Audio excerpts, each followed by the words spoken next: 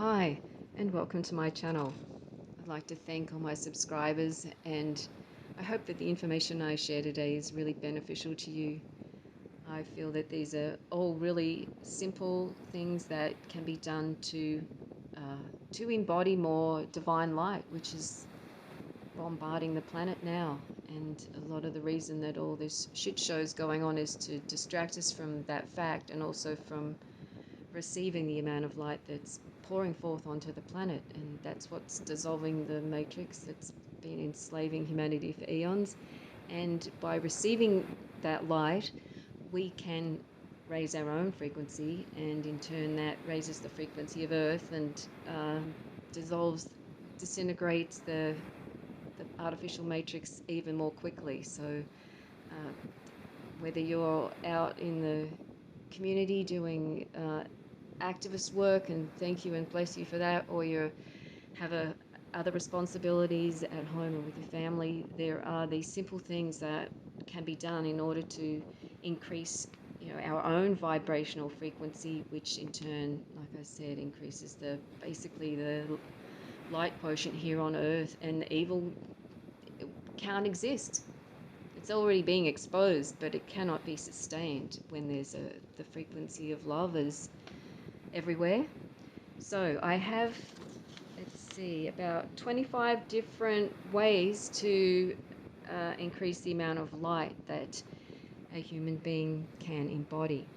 And the first one is really to be cognizant of that's what is happening, that's what you're doing, that's what your intention is, and to state that intention and to set up protection so that you are only embodying the highest frequencies and codes and of divine light, however you want to state it.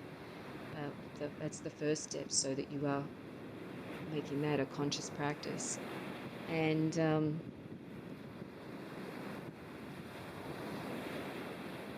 then to be in a peaceful state.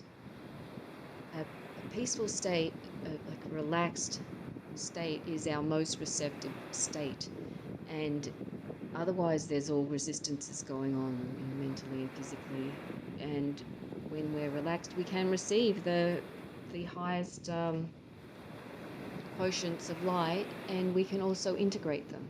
So relaxation and being peaceful is really important to actually practice it, and that does not mean lying on the couch with the phone. It's actually better to go and practice being relaxed outside in nature on the ground. That would be optimal.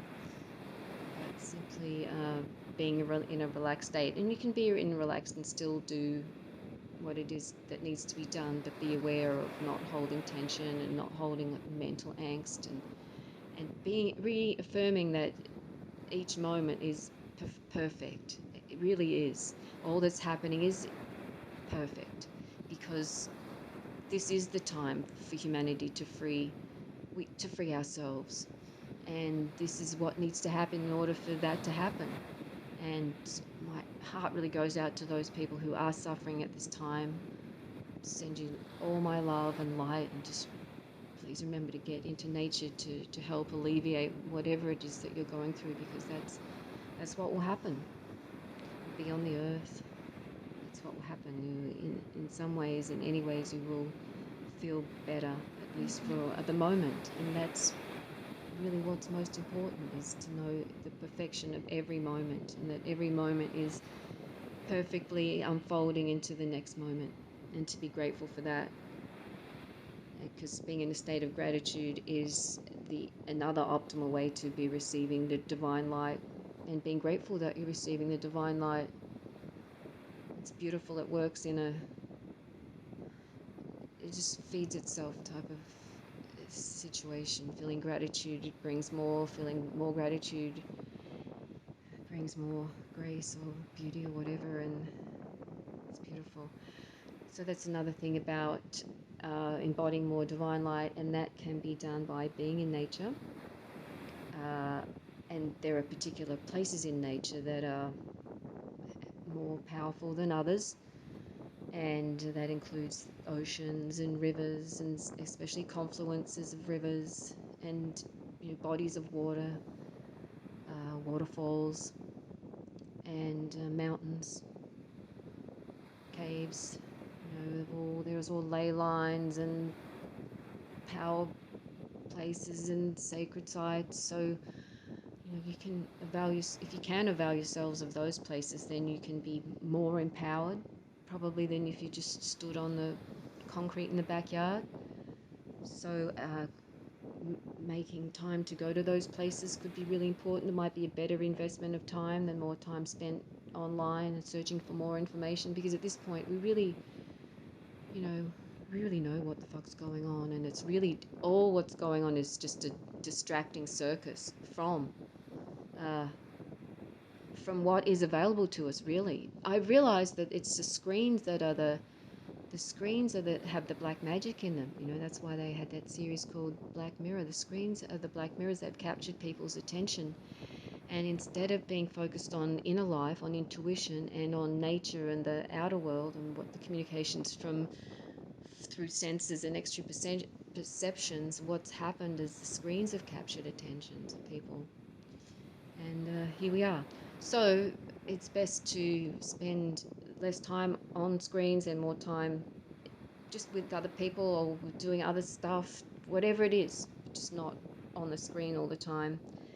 And that will help embody more divine light, because that cannot happen while you're on the screen, while you're focused on the screen. That just won't happen. It's mutually exclusive. So the one of the most powerful and overlooked and scoffed at practices is sun gazing. But if you want to accelerate your spiritual growth, your physical growth, your whatever it is, expansion of consciousness, your understanding of realities or whatever, sun gazing is the practice to do, because sunlight is the consciousness of freedom. It's also the consciousness of truth and love and wisdom. And so by receiving sunlight into the eyes, that information goes straight into the brain. It's brilliant. It's brilliant. And the whole way that people are being told not to look at the sun is to stop that practice, to keep people without access to the highest source of information on the planet, which is the sunlight. So it's important to take it easy. It's incredibly powerful, of course. It's the source. It's our access to source and truth and the highest wisdom and knowledge available. So it's not just go out and look at the sun at any time of day and night. It takes a lot of time to build a practice. Start slowly, but start somewhere. It's essential if we want to be, and we need to be.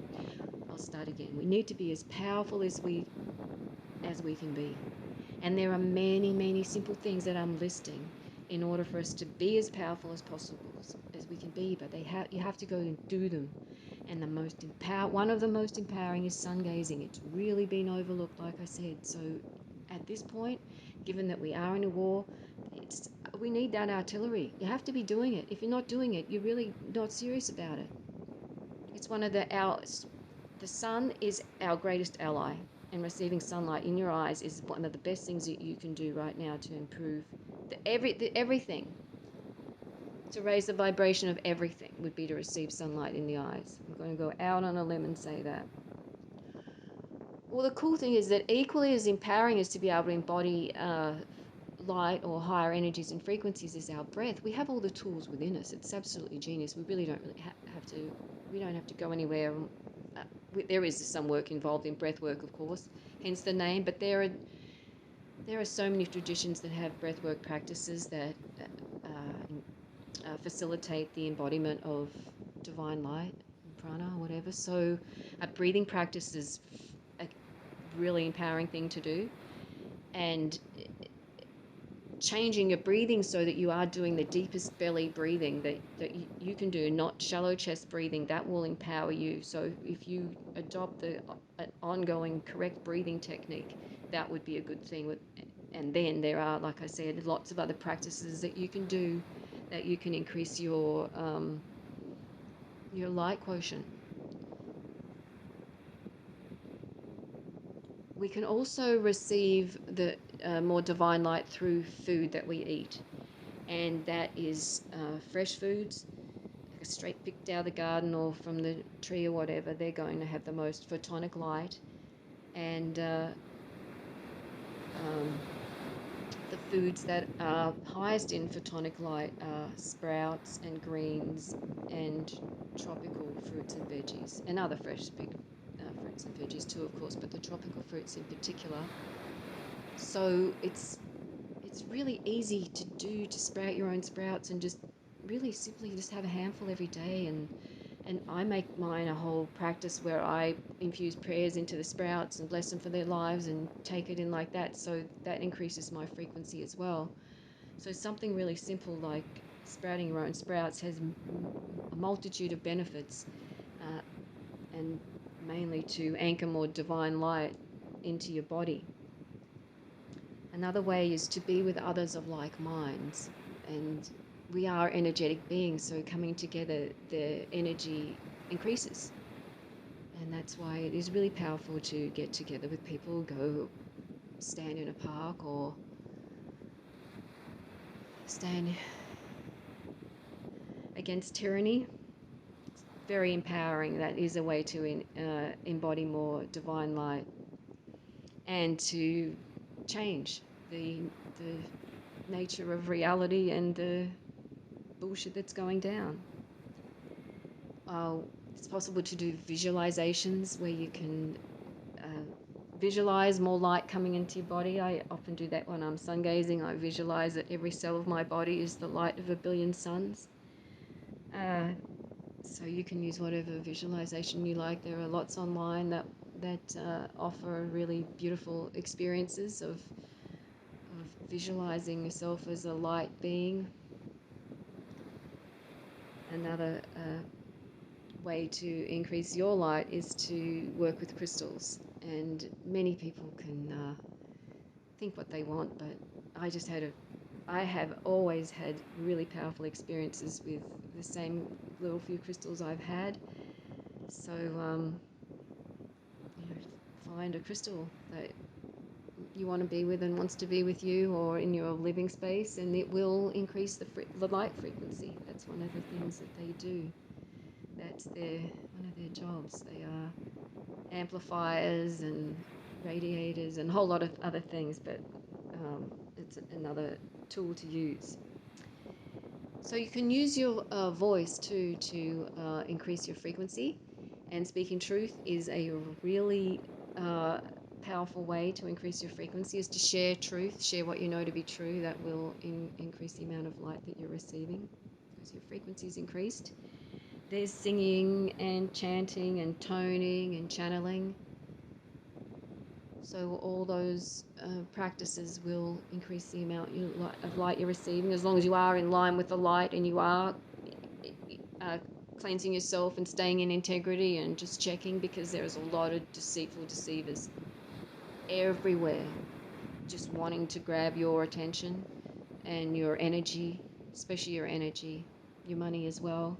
So just be aware, because one of the important things about receiving more divine light is, of course, protecting your own and making sure that the light that you have is not being drained or sabotaged or vampirized in any way. So that's what they like to do.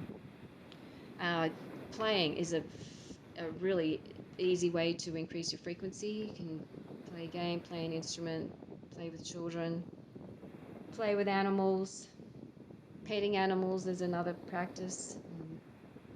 That's enjoying animals is it's a lovely way to increase your frequency and receive more divine light and divine love, and communicate with other sentient beings and be in a mutually loving relationship. That also increases the light frequency. Yeah, showing kindness and care for all life forms is a really powerful way to increase your frequency and to bring about the changes that we want to see in the world.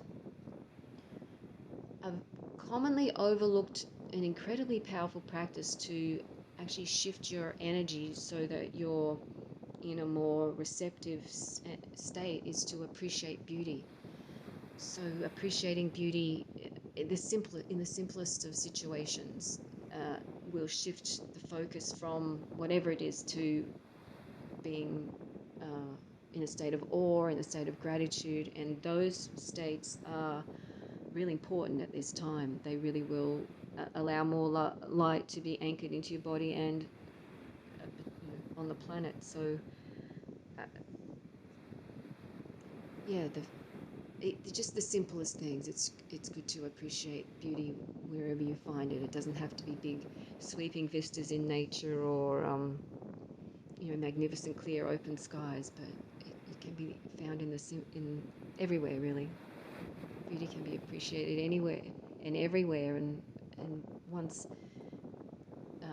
that practice is adopted, then life really is a lot easier to navigate, I found. Reading is a way to reading a good book. Not reading all these. We don't need to be ridiculous here, but read just. It could be just an enjoyable novel. It doesn't have to be a highbrow, whatever. But the simple practices of reading that puts you in a relaxed state will anchor more divine light. Of course, reading sacred texts is a very powerful practice for a whole lot of reasons. Appreciating art and sacred art. Listening to wisdom being spoken is a really powerful way to anchor more divine light, and that could be through like YouTube videos or audio books or whatever, to listen to sacred texts or high knowledge or whatever being spoken. Like listening to the sounds of nature too. I'm just thinking on an audible level, listening to the sounds of nature and binaural beats and frequencies can also put the body into a more receptive and relaxed state. And gardening is brilliant. Couldn't speak more highly of gardening or tending to plants as a way to anchor more divine light into one's body and onto the planet. Growing food especially, and sharing food, all good ways to raise the vibration. Being creative, making art, making food, cleaning, just cleaning up your place, doing any kind of repairs. All these will increase your frequency. Appreciating Indigenous wisdom and practices in any way, whatever that means, through study or music or dance, because these traditions are tapped into source. There's no separation. I mean, why? The actual concept is abhorrent to them. Can't even comprehend it, because they know oneness. They live oneness. So no separation, which is where we're heading to. Each of us, one mind at a time. And the other way to anchor more divine light, the last one I have on my list, is to help make someone else's life better. So I hope these points have been beneficial to you, and that you'll be able to put any of them into practice, and that you will feel the benefits. I'm sending you all my love and light, and once again, thank you so much for listening.